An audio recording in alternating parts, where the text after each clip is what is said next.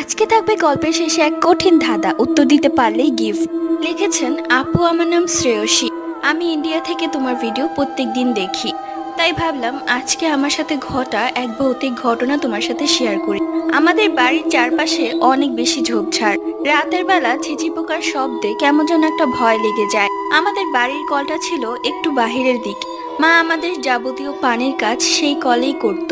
সেই দিন আমার জেঠুর বাড়ি থেকে অনেক গেস্ট আসে। এরপর রাতে খাওয়া দাওয়া হলে অনেক থালা বাসন জমে যায়। তাই মা ঠিক করলো রাতে সেই থালা বাসনগুলো ধুয়ে রাখবে। তাই মা সেই কলপারে একা একাই থালা বাসন ধুচ্ছিল। পিছনে তাকিয়ে দেখে আমার জেঠু মায়ের দিকে তাকিয়ে আছে। মা দেখে কিছুটা ভয় পেয়ে যায় এবং বলে, আরে দাদা, আপনি এখানে? আপনি ঘরে যান, আমি আসছি। জেঠু কোনো কথা না বলে ঘরে চলে যায়। এরপর মা যখন জেঠুকে জিজ্ঞেস করলো, তখন জেঠু বলল সে নাকি কলপারে যায়নি।